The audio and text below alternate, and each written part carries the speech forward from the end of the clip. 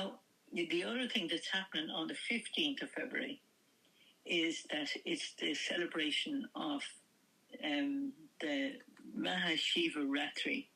In the Indian Vedic astrology is what I study and what I know about, and they always talk about the remedy and looking for remedies, to help us get through these times where we are being challenged and asked to do more, But the symbol of Shiva is that dancing on the fire, the fire and the wheel of the fire, and the dancing on the humanity and burning, which is what Ketu does, burning the mistakes, helping us to get over the mistakes and to dissolve and remove the obstacles, and to free us from the suffering that we're carrying because of the mistakes. Obviously, those that are closest to being caught or whatever, or whatever the mistakes we have made or wherever we've made them, that's going to be a very difficult time, But at the same time, being able to sit it out and accept the challenges, is what the Shiva is the Lord of Time, Mahakal. He represents the Lord of Time, and Tal or Kal is our Kali or Kala, and I even say Kelly, because Kali is the Irish name for Kelly. But the Lord of Time, is all the time. It's all the time moving. It's all the time changing, and it's changing for us. It's helping us, and to get in touch with that energy of the Shiva, or that sense of letting go and dissolving and using the other very important combination that's happening right now as well is the Saturn with Neptune in Pisces. And I don't usually refer to the Neptune, but Saturn in Pisces is very much about being in the monastery and looking for the forgiveness, and willing to accept the discipline, the meditation, the having to do the discipline, having to do the time, to release and to let go. And the symbol for Saturn is the tortoise, who carries the load of karma on our back. That's what he symbolizes. He's the slowest moving. And so that image of the Saturn in the sign of Pisces with the symbol of Neptune, which is also to do with the ocean and the softness and the letting go, and the Pisces is the ocean of awareness. And so that load that is ours, that is Saturn, that Saturn is carrying, our Saturn is carrying, there's an opportunity now to release that, so that's what I feel with this time with the Shiva celebration, big celebration on the 15th for his ability to free us from our sins and our mistakes, and because there's no sin other than to withhold love. So the freedom to make amends, to forgive, and look at the new possibilities that are coming in for us. And the planet that represents the way to look forward is the Jupiter. Okay.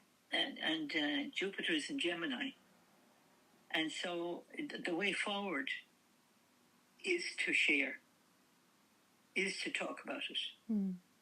Gemini is all about communicating and making that connection, putting that message out there. And that's what I feel that the symbol of Jupiter right now, he's going to go to Cancer after this, his place of exaltation, which is, hopefully will be a great blessing to all of us. He'll be back in the place where he does his best work. But right now he retrograde. He did go there very briefly, but he retrograded back to Gemini. And so I do think that again, what house is Gemini for you? That's what it comes down to. What house, what circumstance is given this opportunity for you to speak up? What thoughts of you? What wisdom is inspiring you right now to have your voice and to say what you need to say and put it out there. You know. So Jupiter and Gemini, that would be my 6th, your 12th? It would be, exactly. Yeah. And we'd say your the 6th house is the house of, we'd say, our personal habits. It's also the house of enemies. And the enemy is usually our illness or our sickness or something that's holding us back. You know, and it's kind of leftover karma from your past lifetime. If 9th house is your past lifetime, 6th house is 10th from there. So that's what you were doing. Pending karma is your 6th house from your last lifetime. So maybe there's a need to communicate about something to do with health and wellness and sickness. And it's inclined to the Rahu in Aquarius, an air sign. So it's asking for communication. You know.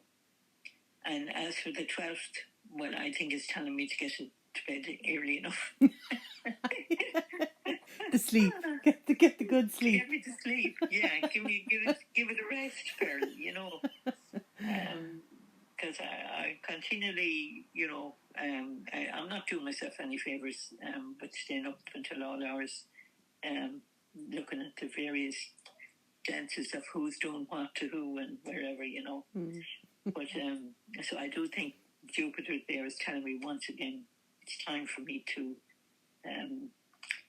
be good to myself and give myself a proper night's sleep and go to bed at a reasonable hour and all of those things. So that is my way forward. Jupiter is always our way forward. Okay.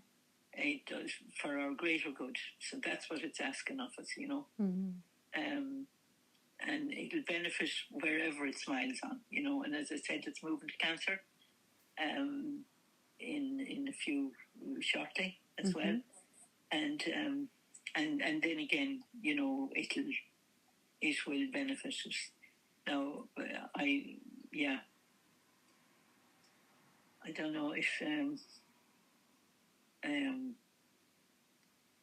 in the scheme of things, is there anything it's interesting, we're doing this in Saturn's hour as well, you know, we're doing it on Saturn day, on Saturn's hour.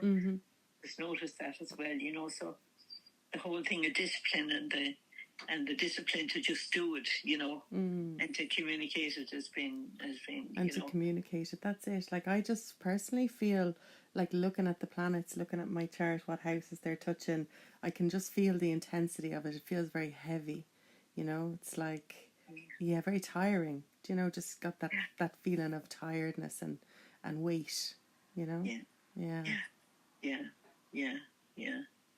And again, as I've been encouraging you to do, you know, you have a very strong knowledge base, and I think the way forward to deal with that is to share it. You know, I think my Jupiter. We're good for each other in that sense. That Jupiter in your 6th house, you have a lot of knowledge, and it would be very good to have a forum, your forum, to share it. Now, we could, as I say, we could do something together, but certainly you have a wealth of wisdom yourself, and and to look to Jupiter, I need to put a bit more focus there to find. And in terms of the eclipses then for coming for this month. Yes. So February. So we've 17th. The 17th. Okay. 17th. Yeah. And then, you know, as I said, Leo is the sign associated with the people in the limelight. There can be film stars or politicians, or, you know, they're people in the top jobs. You know, they want to be in the top jobs. They want to be seen. They want to be respected, and they want to be. They want to be. You know, and the thing about Leo, Mars is going to move to. Mars is in. It's going to be in Aquarius. Okay. Yeah. On the 23rd. Yeah. Yeah. It's in Capricorn at the right moment. now. Yeah. And again, going back to what you were saying, let me just finish. Mars is making its 8th aspect to Leo right now. And Rahu is making, as I said, is directly opposite. And the eclipse is happening there. Cato's going through it. Mm-hmm. So any of those people in the limelight right now are really getting stick, and as I said, any of us that have some high-minded notion of something that's so important that we have to do, like we say, I have to say, mm-hmm. That Mars there is compelling. It's kind of forcing that, but it's bringing a lot of problems to come with it, mm-hmm. Because that's the way Mars works. And then it's going to go into the sign where the eclipse is. Mm. And so for the next 6 months, we're going to be dealing with that axis of Leo, Aquarius, and all guns blazing into that sign of Leo. Yeah. To say, come on, you've got to, and the number, in the number realm, Mars is number 9. And 9, the Irish word for 9 is knee. And so the baptism of fire is what's coming on, because Leo is a fire sign and Mars is making that very direct aspect to it. And you've got all these young people that are ready to go into radical revolution, because that's Aquarius. Mm. So you've got a force for energy there that could be hugely disruptive for all of us, because obviously people at the top don't want to be dethroned, but that's what Eclipse does. Disruption. It brings the changes, it dethrones the kings. It takes people out of their high position and somebody else is going to replace them, somebody younger and more capable and somebody with a broader perspective. Mm-hmm. That's nature. Nature's to grow all the time. Everything has to continue to grow, and so that's what we're going to get. Yeah, I think with this time. Now, it might be easy, but there's some great podcasters out there. There's some great voices that are challenging, and some of them are being seriously punished, and some people have been, really silenced over, quite a period of time to put a lid on all that the people that were in the position power, and that goes for, as I said, what's outside of us is inside of us. We can point the finger and say, oh, this person did this or that person did that, but when we look at ourselves, we're not that much different. We're the same. We all have these problems in different ways. We're living through our own weaknesses as well. There's none of us coming, as shining lights of, no matter. And it's interesting, the people expect people in power, whether to be, if they say they're going to be healers or they're going to be preachers or whatever, but invariably they have their shadow. And usually because of their shadow, it pushes them to have to resolve it and heal it. And by being healers, they actually help other people to heal themselves. Mm-hmm. You don't want somebody coming along talking down to you and telling you, oh, you're the sinner, which is what a lot of the religious thing was.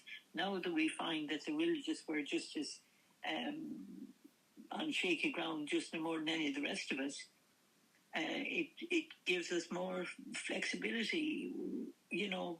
Like the Upanishads teach us, the Isa Upanishad, which is interesting because our word for Jesus in the Irish language is Isa. Mm-hmm.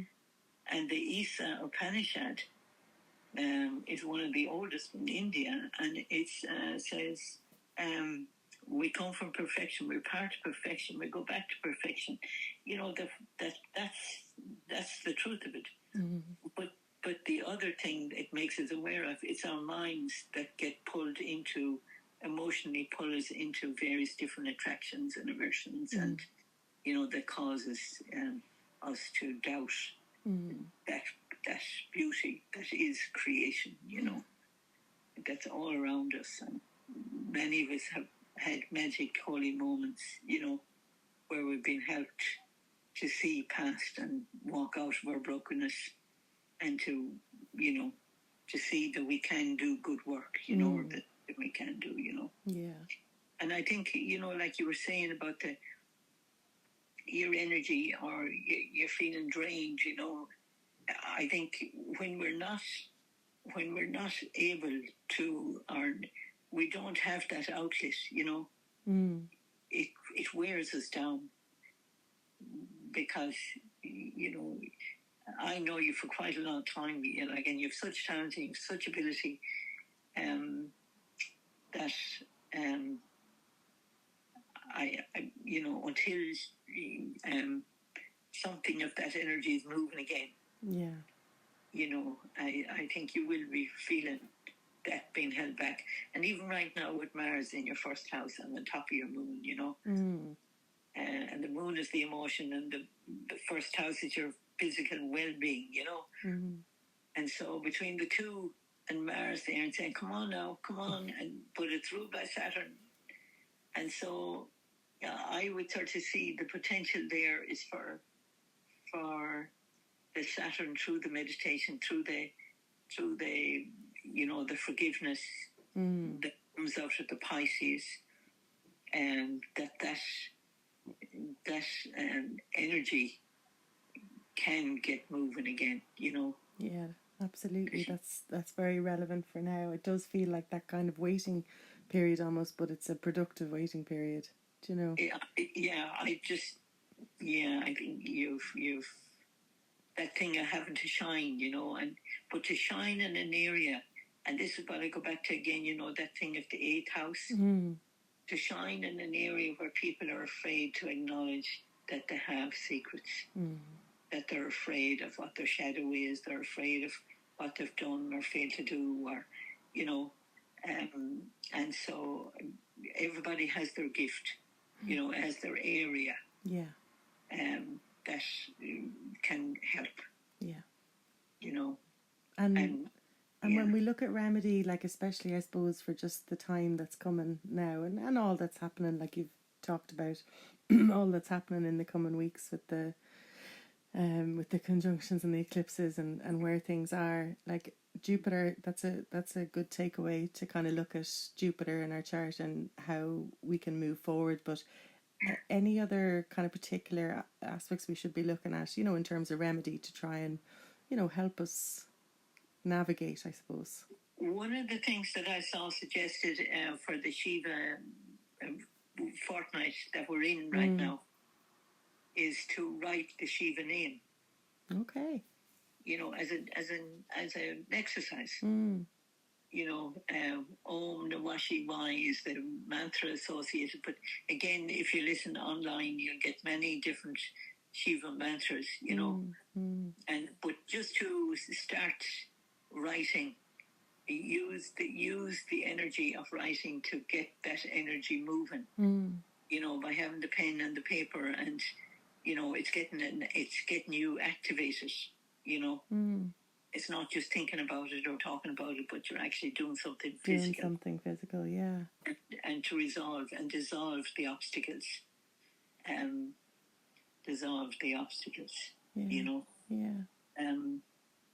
Because everything is there for our good. Yeah. And because we doubt it, or whatever our weakness is, we block ourselves. Think, oh, I'll just do this once. I won't do it again. I'll eat into another bar of chocolate or something. I know the sugar doesn't suit me, and they keep saying that, but so there's all these little things that in our human nature, and to forgive is the Irish expression of it, Tor Mahunta Stum. Tor Mahunta Stum is to say, grant forgiveness, give forgiveness, Beautiful. It's an important one to remember. It is to respect ourselves and to give up given out to ourselves. Yeah. You know, it's depleting our energy. Yeah. And Absolutely. I think one of the things I've come across lately as well is all this thing of the frequency, you know, the hertz, you know, the 432 hertz and the 128 and the 369 or the 963. And it's just all so interesting. I'm sorry I don't know enough about it, but I'm sure I will by the time I'm finished the word. But I just think it's so interesting. I don't even know how to do that, you know. I don't know how to create a hertz or where you see a hertz, you know. But all this talk about Tesla and what Tesla could do and what the Tartarians built, all these amazing cathedrals that were created across the world. And in India, if anybody's seen some of the extraordinary creations, you know, stone. Absolutely. And again, come back to Ireland. Look at what we have on our landscape. Our round towers, were they antenna? You know, were they taking in the power and empowering the territory all around them? Is that why they're there? You know, looks like the churches with their spires, were they antenna? I was even looking at St. Patrick's Church the other day and see the antenna on the each side of the church and up at the top, you know. Were they antennas? That's what was happening, that the energy was being drawn down into that space so people could be healed in there. You know, it's the possibility is there, that's being opened up to us. Yeah. You know? Yeah. And I think that thing that you're saying about, you know, the healing and drawing it in, you know, the piece about forgiveness and, you know, finding our way forward, that those, you know, aspects within ourselves and finding that way for forgiveness, you know, I think that feels, as you speak it as well, it feels very relevant right now. You know? Yeah, I just felt, you know, I haven't said much over the last few months. As I said, basically, I felt I was taken to the cleaners in every sense. Everything was questioned. My opinions, everything was and that's, again, as I said, the Ketu in the Leo, the things I felt I was knowledgeable about, and I, you know, due to health problems, I wound up having all of my beliefs around health problems questioned, and my opinion is not respected, and having to go along with procedures that I didn't feel right with. And yeah, it was like an invasion of my privacy, and yeah, it was humbling. Yeah. And that is the key word for Ketu in Leo. We're being humbled. Humbled. I like it. And that's what's happening to any of these characters that are out there right now, no matter how high and mighty, you know, that are feeling that level of humiliation. Okay, yeah. Well, listen, Pearl, it was so good to chat about this, and I think it'd be lovely to do this again soon, not so long away. Yeah, but it was really good, and thank you so much as always for sharing your knowledge and your wisdom, and so many takeaways from the chat to be able to look ahead and find a way forward. There is so much there right now. So much, there is so much there. And I just want to say as well, you know, there's a website where some of my thoughts on various basic astrology, and that is at Pearls of Wisdom Ireland, www.pearlsofwisdom.ireland.com. Yeah. And for people that want to know a little bit more about Vedic astrology and Vedic philosophy, and yeah, you've so many resources up there. Yeah. So many resources, basic lessons and that. And there's some great videos too of teachings of houses and planets, and Thanks to Lauren too. You know, we got them up there. Yeah. And the phone numbers are there as well. You know, if you ask the question, or even if you want to learn, you know, this is universal knowledge, and it should be accessible to anybody and everybody who wants access to it. But Well, let's go mahagut. Is it too heen now, the Fáilte Road, and we'll chat soon. It'd be good to do a few more. I wouldn't mind doing one on the whole Irish yes. either. Let's do that. That would be a lovely one. Let's do that. That one's been brewing for quite a while. So it has. And we'll talk again in another couple of weeks, maybe. We could look at March, maybe. Lovely. That sounds good. If or even if people wanted to ask a question about anything in particular. Yeah. Or absolutely. We could bring it up in the next one. Yeah. Sounds great. Okay. All right. Thank you so much again. Thank you so much too, and I'll chat to you soon. All right. Slán. Okay. Slán. Okay, Tuhane.